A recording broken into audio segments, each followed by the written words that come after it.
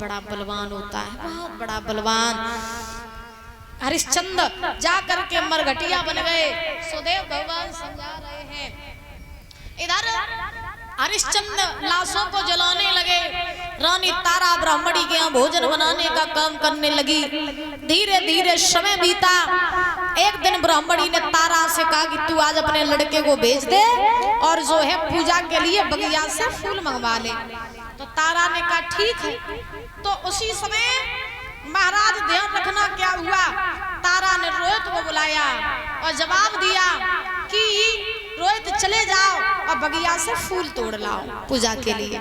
रोहित ने डलिया ले ली, बगिया की सीध लगाई, चल दिए हैं कि मात की बातन में डलिया हाथन में चलो है तुम्हारे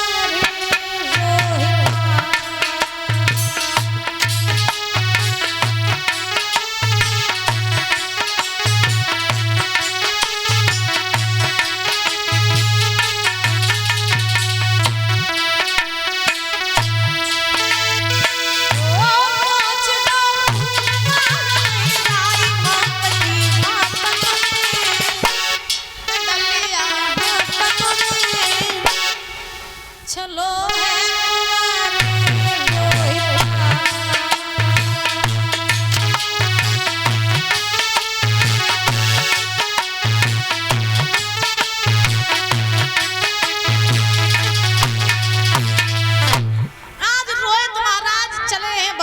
पहुंचे बगिया में जाकर के रोहित महाराज फूल तोड़ने लगे, डलिया में रखने लगे। जब फूलों को तोड़ तोड़ करके रोहित डलिया में रखने लगे तो विश्वामित्र को तसल्ली नहीं हुई। विश्वामित्र ने महाराज क्या किया कि काले सर्प का रूप बनाया, फूल में जाकर के छिप गए। रोहित ने जैसे ही फूल तोड़ने के लिए हाथ बढ़ाया वैसे ही विश्वामित्र ने रोहित की उंगली में डस लिया। वहीं रोहित पछाड़ खा के गिर पड़े और जैसे ही महाराज रोहित वहीं पछाड़ खा के गिरे, फूल जो थे वो चारों तरफ बिखर गए और रोहित माँ माँ कह करके उसी बगिया में पड़े हैं। और महाराज इधर विश्वामित्र चले हैं काशी में और काशी में जाकर के आवाज लगाई, काशी के लोगों, बगिया में किसी का लड़का फूल लेने गया था, उसे किसी काले सर्प ने खा लिया। जिस किसी माँ का लाल हो भैया चली जा अपने लला को ले।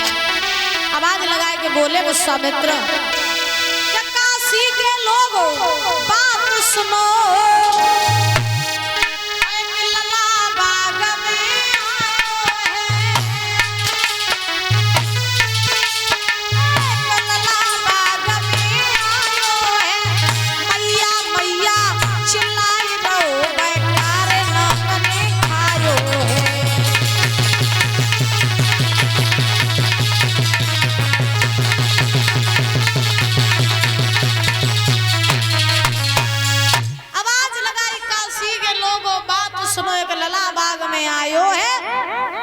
और मैया मैया चिल्लाए रहो बेकारे नाग ने खायो है। आवाज पड़ी तारा के कानन में तो तारा भोजन बनाए रही थी।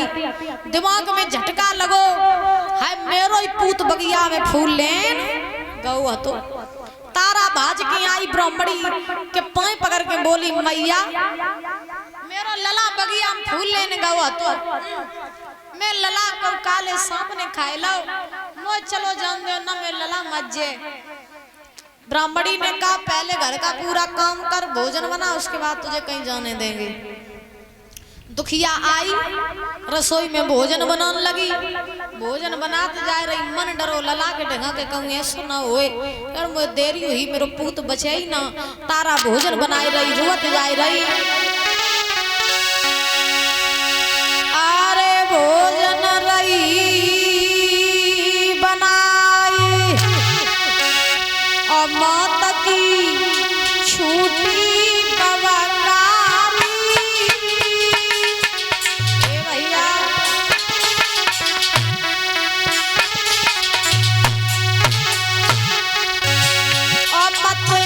जइयो हमको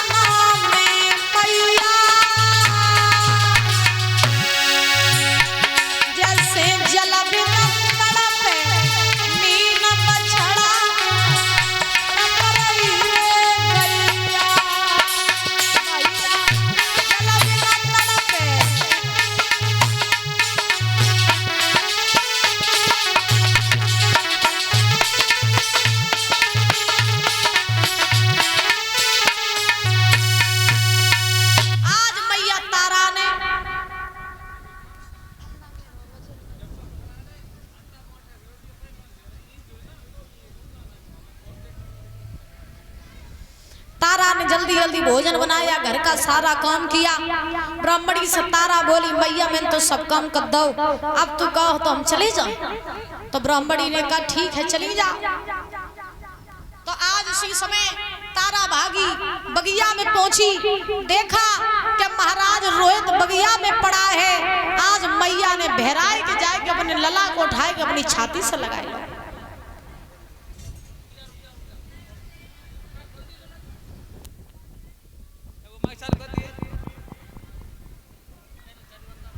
हेलो, बिना बोले रहो नहीं जाता तो अंधा बाटे रेवरी अपते जौरी दोदा शरबत होएगा वो जौरी डबुआ गए बैठे। कितनी बढ़िया रीत है तुम्हारे गाँव। और दूर का जाजे अम्मा ने तो 4 डबुआ पी ले। अरे बात ना 10 पियो ड्रम भरो धरो। इकरे हम जो देख रहे हैं कि जौरी एक उदा डबुआ पकड़ाए थे चुप कहाँ बैठी वे और जौरी दोदा होएगा।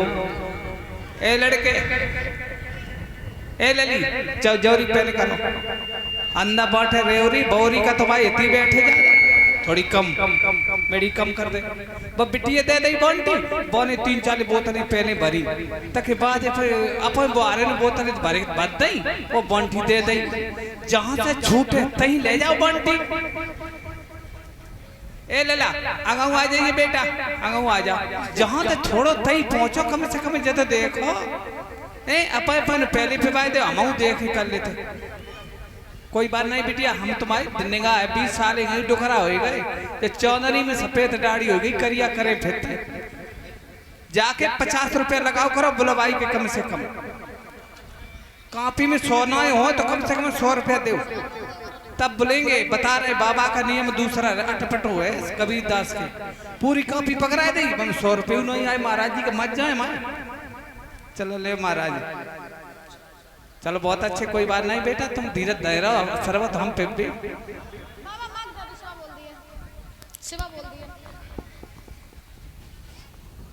हेलो। और ये शरबत जो वितरण हो रहा है ये राजीव कुमार मल्लू नंगला कोकर भैया जी के द्वारा हो रहा है। ये शरबत वितरण भगवान सुदेव भैया के द्वारा। शरबत पी लो बस, तारियों नहीं बज रही है। बोलो गोविंद भगवान की, राधा रानी सरकार की। अब देखिए तारा जो है बगिया में पहुंची है, देखा है कि रोहित वहीं पड़ा है। तारा ने रोहित को अपने हृदय से लगा लिया। तारा रो करके बोली बेटा तू मुझे बता तुझे कहाँ काले सर्प ने खाया। तो आज रोहित रोए के बोले मैया उंगली में काले सांप ने खाए लो, और जो कछु दुख सुख की होवे सो कह लो मैया। कल सुनने वालों तो लला जिंदा नहीं बचे, क्योंकि अब मेरे प्राण बचने वाले नहीं है। और रोए के रोहित बोले अरे दुख सुख की कछु होए सो मैया, एक बार पुछकार गोद में ले ले।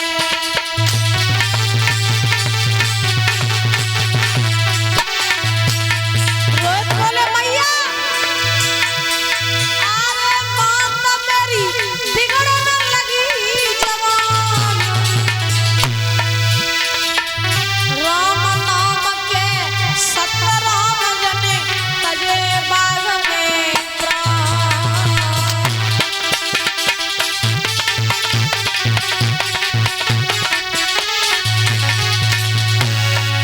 बाकी मटिया रह गई पड़ी, हंसा सुरग सिला। लला की मटिया रह गई पड़ी, हंसा सुरग सिधारो।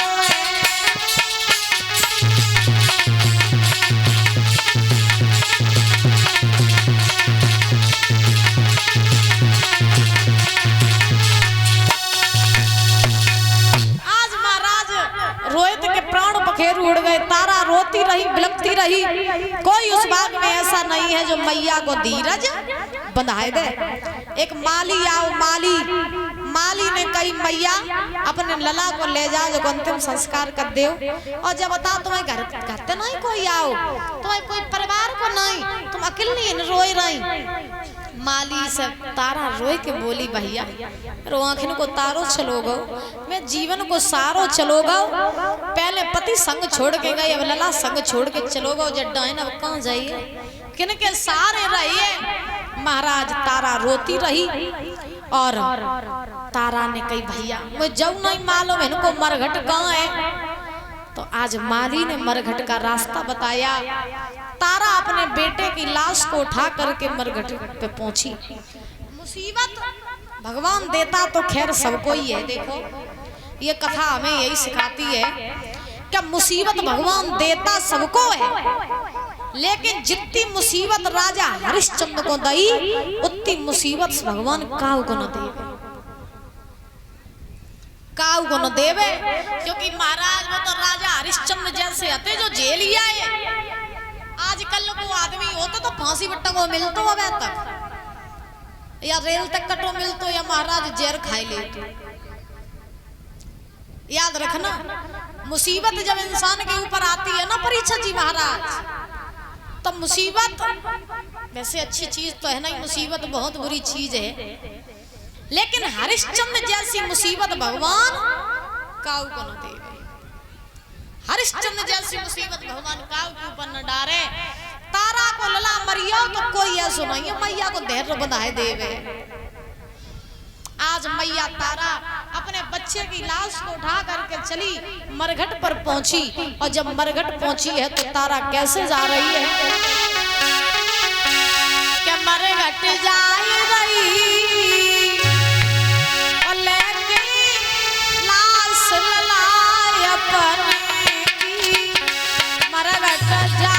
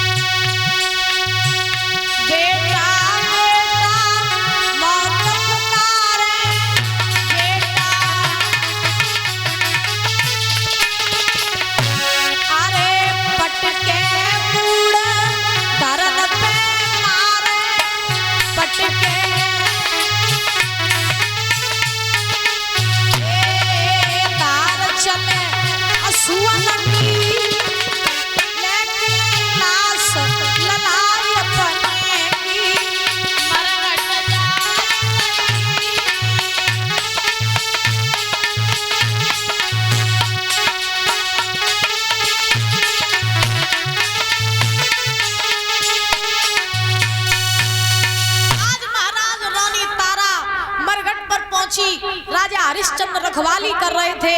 हरिश्चंद्र ने तारा को देखा, पूछा रानी तुम्हें यहाँ क्या कर रही हो। तारा ने कहा मेरा पुत्र मर गया, मैं इसका अंतिम संस्कार करने आई हूँ। तो तारा ने कहा मेरे बच्चे का अंतिम संस्कार कर दो।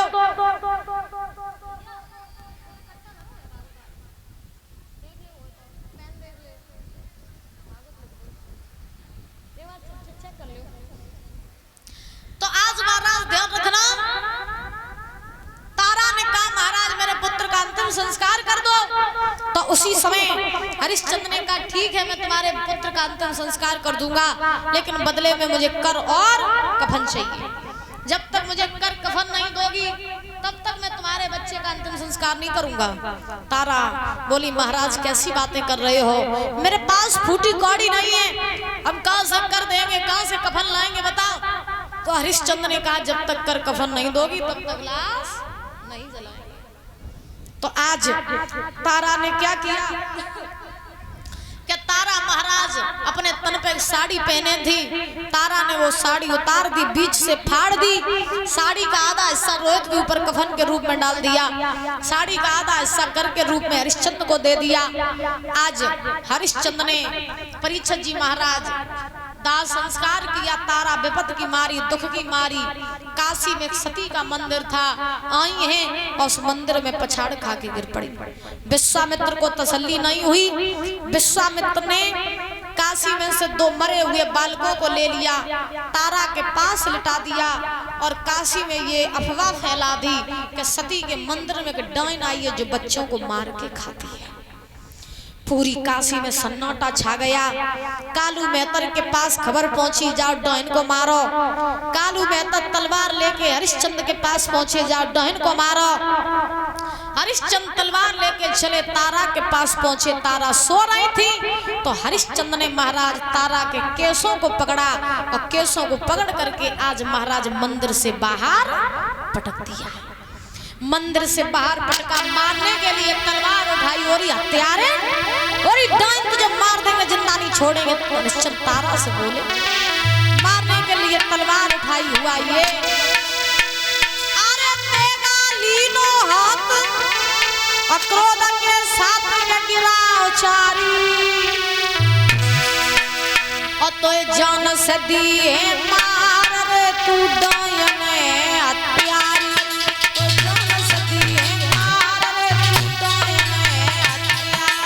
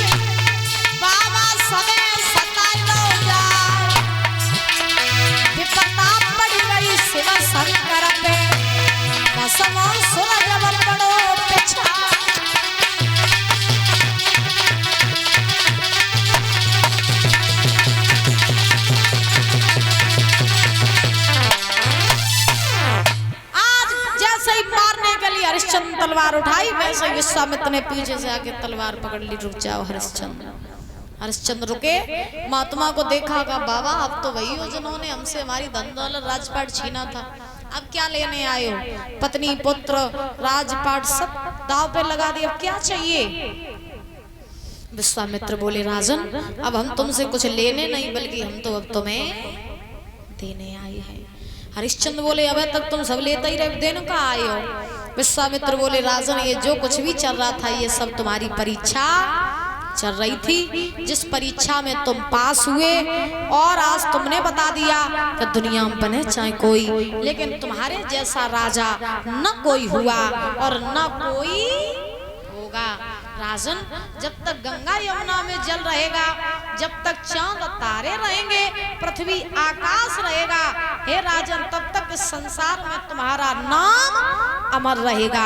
बोलिए हरिश्चंद्र महाराज की, बोलिए वृंदावन बिहारी लाल की जय। जय श्री राधे श्याम। विश्वामित्र ने आज महाराज कहा है कि तुम्हारी अवध तुम्हारा इंतजार कर रही है, मेरे साथ चलो। तो तारा ने कहा पहले मेरे बच्चे को वापस लौटाओ। तो आज रोहित भागते हुए आए, तारा ने अपने पुत्र को अपने सीने से लगा लिया। तीनों प्रौढ़ी महाराज काशी से अवध में आए। पुनः राजा हरिश्चंद्र का राज्याभिषेक हुआ और पुनः राजा हरिश्चंद्र अवध के राजा बने। एक बात ये कथा मुझे ये सिखाती है कि देखिए जो संघर्षों का सामना डट के करता है, जो दुखों का मुसीबतों का सामना डट के करता है, जो जो संघर्षों से घबराता नहीं है, आगे कदम बढ़ाता रहता है, वो आगे चल के इतिहास रचा रहता है। ये बात याद रखना। और जो मुसीबतों से घबरा करके मुंह फेर करके मर जाते हैं, आत्महत्या कर देते हैं, उनका जीवन ही बेकार है, उनका जीवन ही बेकार है। याद रखो, सत्य के ऊपर कठिनाइयां बहुत आती हैं दादा, सत्य के ऊपर कठिनाइयां बहुत आती हैं, लेकिन विजय अंत में सत्य की ही होती है, और इस बात को कोई टाल नहीं सकता। आप सत्य पर चल रहे हैं, शुरू में आपके ऊपर दुख आएंगे, कष्ट आएंगे, हो सकता है कि आपका सब कुछ दांव पे लग जाए, लेकिन अगर आप डटे रहे तो विजय आपकी पक्की है। और झूठ शुरू में बड़े सुख आए, लेकिन बाद में बड़े कष्ट आए। तो सुख परमानेंट का देखो, झूठे सुख में कुछ नहीं रखा है। बोलो बंसी वाले की। सत्य पर डटे रहो, कठिनाइयों का सामना करते रहो, मुसीबतों का सामना करके आगे बढ़ते रहो, बस यही हमारा जीवन है। जिसने संघर्ष न देखे अपने जीवन में, उसने जीवन जीना न सीख पाया महाराज। तो संघर्ष से लड़ना बहुत जरूरी है। जब तक गिरोगे नहीं तब तक उठोगे कैसे? क्यों मावा? जब तक हारोगे नहीं तब तक जीतोगे कैसे? है ना? तो ये सब चीजें होती हैं सीखने वाली, समझने वाली। कथा का सार समझा करो, कथा तो किसी को याद नहीं होती है। सत्य पर डटे रहो, धर्म पर चलते रहो, विजय आपकी होगी। झूठ का सहारा मत लो, जो आपके साथ में झूठे हैं उनसे थोड़ा दूर रहो। ऐसे सुखदेव भगवान